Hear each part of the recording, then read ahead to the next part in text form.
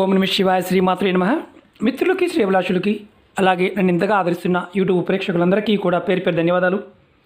మిత్రులరా, మీ అందరికీ పరాదేవత ఎల్లవెల్లలా మీతో ఉండి మీ మనోవాంఛ నెరవేర్చాలని మనస్ఫూర్తిగా కోరుకుంటున్నాను. మీరు చూస్తున్నారు కదా బకెట్. ఏంటి శ్రీనివాస్ గారు బకెట్ చూపిస్తున్నారని అనుకోవచ్చు. చాలామంది మిత్రులు అక్క చెల్లెలు మెయిల్స్లోను కామెంట్స్లోను, గురువుగారు మా జీవితం మారిపోవాలి, మా జీవితంలో అద్భుతాలు జరగాలి, మా జీవితంలో మేము కోరుకున్నది మాకు కలగాలి, మా కుటుంబ సభ్యులతో మేము ఆనందంగా ఉండాలి, మేము చేస్తున్న వృత్తి వ్యాపారాలు బాగుండాలి, మా ఆరోగ్యం బాగుండాలి, మాకు అదృష్టం కలిసి రావాలి. ఎలా? సింపుల్, చాలా సింపుల్. సనాతన ధర్మంలో మన జీవన విధానంలో కొన్ని సందర్భాలలో ఎలా ఉండాలో ఎలా ఉండకూడదో చాలా క్లియర్గా చెప్పారు. చాలా సింపుల్. కానీ రాను మనం ఏం చేసామంటే మన జీవన విధానాన్ని పూర్తిగా మార్చివేసుకున్నాం. రోగాలని కొని తెచ్చుకుంటున్నాం. అలాగే భక్తిభావము, అలాగే ఏదైనా సరే గౌరవం కావచ్చు, భక్తి కావచ్చు, కుటుంబ పరంగా కావచ్చు, అన్నీ కూడా వదిలేసుకుంటూ వస్తున్నాం. కారణం ఏంటో తెలుసా? మనం నిత్య జీవితంలో కొన్ని చేయకూడని పనులు చేస్తూ ఉంటాం. అవి మనల్ని ప్రేరేపిస్తూ ఉంటాయి. ఆ పనులేంటి, ఏది చేస్తే మన జీవితం మారిపోతుందో ఈరోజు వీడియోలో తెలుసుకుందాం. చాలామంది మిత్రులు అడిగింది ఈ విషయం. ఖర్చు అయ్యేది కాదు, కానీ విశేషమైన ఫలితాన్ని పొందుతారు. మీ అనుభవాలు కూడా ఖచ్చితంగా కామెంట్స్ రూపంలో తెలియచేయాలి.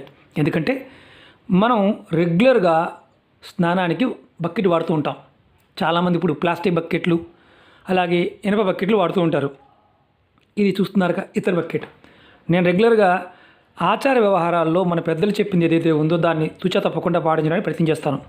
ఆరోగ్యపరంగా కానీ, కుటుంబ పరంగా కానీ, ధనపరంగా కానీ, ఏ విషయంలో కూడా మనకి ఇబ్బందులు రాకుండా ఉండాలి అంటే మనం ప్రతిరోజు స్నానం చేసే నీళ్లు బకెట్ ఇత్తడిదై ఉండాలి.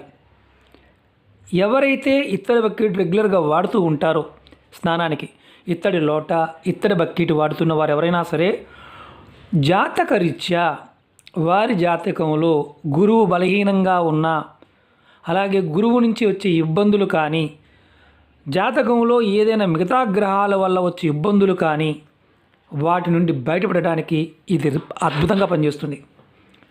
చాలామంది ఇళ్లలో ఇత్తడి బిందులో నీరు తాగుతూ ఉంటారు. ఖచ్చితంగా ఇత్తడి బిందులో కానీ, కాపర్ బిందులో కానీ నీరు తాగేవారు కామెంట్ చేయండి. అలాగే బకెట్ వారు ఎవరైతే వాడుతున్నారో వారు కూడా కామెంట్ చేయండి. ప్రసాదం కూడా మనం ఇత్తడి గిన్నెలో చేస్తూ ఉంటాం. కొంతమంది తెలుగు ప్రాంతాల్లో కొన్ని ఏరియాల్లో ఇత్తడి సామాన్లు చక్కగా తోమి డిస్ప్లే పెడుతూ ఉంటారు. ఇత్తడి కలరు మన బంగారంలాగా అనిపిస్తుంది, పసుపు కలర్గా అనిపిస్తుంది. ఆ కుటుంబాలలో ఎన్ని స్పర్ధలు వచ్చినా, ఎన్ని ఇబ్బందులు వచ్చినా వారి జీవితాల్లో కలిసిమెలిసిగా ఉంటారు. కుటుంబ పరంగా, ధనపరంగా, ఆర్థిక పరంగా మిగతా వాళ్ళతో పోల్చుకుంటే చాలా ఉన్నతంగా ఉంటారు. చెక్ చేసుకోండి. అలా ఉన్నవారు ఖచ్చితంగా కామెంట్ చేయండి. మీ అందరికీ నా విన్నపం ఏంటంటే ఈరోజు మీకు ఈ విషయంతో 2 ఉపాయాలు చెప్తాను. ఎలా చేస్తే మీ జీవితాల్లో అద్భుతాలు జరుగుతాయో, అద్భుతమైన మార్పులు చూస్తారో చెప్తాను. అందరూ కూడా ఎవరైతే నన్ను ఫాలో అవుతున్న సబ్స్క్రైబర్స్ అందరికీ నా విన్నపం ఏంటంటే, మీరు స్నానం చేసే బకెట్ మీ ఇంట్లో కంపల్సరిగా ఇత్తడి బకెట్ను వాడండి. ఇత్తడి లోటా వాడండి. ఇత్తడి చెంబు కానీ వాడండి. పూర్వం అందరూ ఇదే వాడేవారు. ఆహారానికి దేవతా నైవేద్యాల్లో కూడా ఇత్తడిని వాడుతూ ఉంటారు. చాలామందికి తెలుసు. పర్వదినాలప్పుడు వాడుతూ ఉంటారు. ఎందుకు వాడతారు? గురుబలం పెరగడానికి. మీకు జాతకరీత్యా ఎన్ని గ్రహాలు కానీ, ఇబ్బందులు కానీ ఉన్నా ఇత్తడి దానిలో స్నానం చేస్తూ ఉంటే మీ జీవితంలో విశేషమైన మార్పును చూస్తారు. రోగాలు తగ్గుతాయి, మానసిక అశాంతి తగ్గుతుంది. ఎన్ని సమస్యలైనా ఉండనివ్వండి, మిమ్మల్ని మీరు రక్షించుకోవడానికి మార్గాలు తెలుస్తాయి. పెద్ద ఖర్చేమీ కాదు. కాబట్టి కుటుంబంలో అందరూ కూడా, కుటుంబ సభ్యులందరూ కూడా ఖచ్చితంగా ఇత్తడి బకెట్లో స్నానం చేయండి. ఇత్తడి లోటాలో పోసుకోండి, నీళ్ళు పోసుకోండి. మాకు బకెట్ కొనుక్కోలేమంటే లోటాన కొనండి, దాంతోనే నీరు పోసుకోండి. గురువు యోగిస్తాడు. ఇది మొదటిది. అలాగే తాగే నీళ్ళు కూడా నేను చూపిస్తున్నాను. కాపర్, నేను ఎక్కువగా కాపర్ బాటిల్స్ వాడుతూ ఉంటాను. అలాగే కాపర్ బిందు వాడుతూ ఉంటాను. అలాగే విశేషమైన ఫలితాలు కలగాలి, మానసికంగా బాగోవడం లేదు గురువుగారు, మాకు మానసిక అశాంతి ఎక్కువగా ఉంది, ఇదిగోండి వెండి గ్లాసులు. ఇలాంటి వెండి గ్లాసులతో అయినా మీరు నీరు తాగినా చాలు.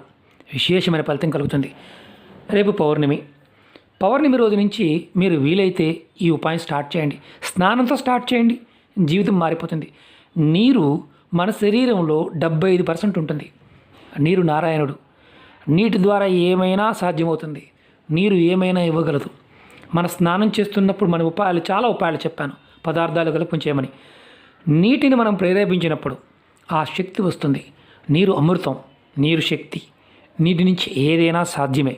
కాబట్టి మీరు ఇత్తడి దానితో మొదలుపెట్టి ఇత్తడి లోటా కానీ రేపు పౌర్ణమి రోజు నుంచి స్నానంలో ఇలా చేసి చూడండి.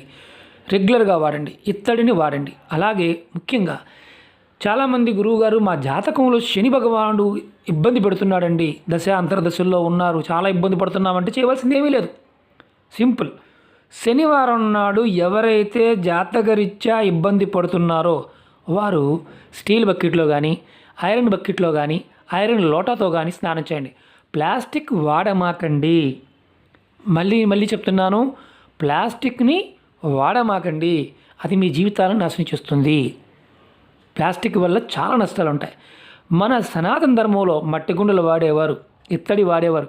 చాలా పెద్ద ఇళ్ళల్లో కంచువి, ఇలాంటివి బ్రాంజ్వి, అలాగే మీకు కాపర్వి పెద్ద గుండెలు ఉండే స్నానానికి. పెద్ద ఇళ్ళల్లో కూడా ఇప్పటికీ వాడుతూనే ఉంటారు. చూడండి, ఎవరైతే వాడుతూ ఉన్నారో వారికి ఎన్ని కష్టాలు వచ్చినా అద్భుతమైన మార్పులు చూస్తూ ఉంటారు. భూమి కొనగలుగుతారు, ఆస్తి కూడబెట్టగలుగుతారు, కుటుంబాన్ని వృద్ధిలోకి తీసుకురాగలుగుతారు. ఇంకొకటి చాలా ముఖ్యమైన చెప్తాను. మీ భార్యాభర్తల మధ్య గొడవలు అవుతున్నాయి అనుకోండి, కుటుంబ సభ్యుల మధ్య ఎప్పుడు గొడవలు అవుతున్నాయి అనుకోండి, ఇలా స్నానం చేసి చూడండి. మెల్లమెల్లగా మార్పులు వస్తాయి. అందరూ కూడా ఇత్తడి బకెట్లో స్నానం చేసి ఇత్తడి బకెట్లో నీళ్లు పట్టుకుని స్నానం చేయండి. మీరు వంట వండుకోవడానికి కొంతమంది ఇత్తడివి మూకిడి కూడా వాడుతూ ఉంటారు. మీ అనుభవాలు కంపల్సరీగా షేర్ చేయండి. ఎందుకంటే మిత్రులారా, సనాతన ధర్మంలో ఆచార వ్యవహారాల్లో కొంతమంది వారి స్వార్థం కోసం భయపెట్టిస్తూ ఉంటారు. భయపడాల్సిన అవసరం లేదు. చాలా మార్గాలు ఉన్నాయి బయటపడడానికి. చిన్న ప్రయత్నాలు గొప్ప ఫలితాన్ని ఇస్తాయి. మీ అనుభవాలు ఖచ్చితంగా కామెంట్ రూపంలో తెలియచేయండి. అలాగే మంచి నీరు తీసుకునేవారు కాపర్లో తీసుకోవడం ప్రయత్నించేయండి. శరీరానికి సంబంధించిన ఇబ్బందులు పడుతున్నప్పుడు తీసుకోవడానికి ప్రయత్నించేయండి. రోగాలు తగ్గుతాయి. సూర్యుడు బలంగా ఉంటే రోగాలు తగ్గుతాయి. ఎవరైతే దీర్ఘంగా అనారోగ్య సమస్యలతో బాధపడుతూ ఉంటారో వారు ఖచ్చితంగా కాపర్ బాటిల్లో కానీ కాపర్ గ్లాసులో నీళ్ళు పట్టుకుని తీసుకోండి. కూర్చుని తాగండి, నిలబడి తాగమాకండి, కూర్చుని తాగండి. అలాగే వెండి కాస్త కొంచెం ఖరీదైంది. మానసికమైన శాంతి ఎక్కువగా ఉంటున్నప్పుడు, టెన్షన్ పడుతున్నప్పుడు చెక్ చేసుకోండి. మీ ఇంట్లో వెండి సామాన్లు, చాలామంది సామాన్లన్నీ ప్యాక్ చేసి పక్కన పెట్టుకుంటారు. వాడండి. ఇది ఒక ఎసెట్ కాదు, ఆరోగ్యం కాపాడుకోవడం కోసం మన పూర్వీకులు మనకిచ్చిన అద్భుతమైన వరాలు. వాడండి. ఎవరైతే శని భగవానుడు బాగోలేదు అనుకునేవారు ఎవరైనా సరే ఖచ్చితంగా శనివారం నాడు స్టీల్ బకెట్లో కానీ ఇనుప బకెట్లో కానీ ఇనుప మగ్గుతో కానీ లోటాతో కానీ స్టీల్ లోటాతో కానీ స్నానం చేయండి. మీ దోషాలు అలా తొలగిపోతాయి. ఆశ్చర్యం కనిపించవచ్చు, మన పెద్దలు చెప్పింది అదే. మన జీవన విధానమే సైన్స్, ఇది గుర్తుంచుకోండి. అలాగే ముఖ్యంగా ఇంకొకటి ఏంటంటే, ఇది జీవితాన్ని మార్చే ఉపాయాలు. ఇవన్నీ జీవితం మారిపోతుంది కాబట్టి ప్రయత్నపూర్వకంగా చేయండి. అలాగే మీ అందరికీ నా విన్నపం ఏంటంటే, ఈ వీడియో నచ్చినట్లయితే లైక్ చేయండి, ఛానల్ సబ్స్క్రైబ్ చేసుకోండి, 10 మంది మిత్రులకి షేర్ చేయండి. ఓం నమః శివాయ, శ్రీమాత్రే నమః.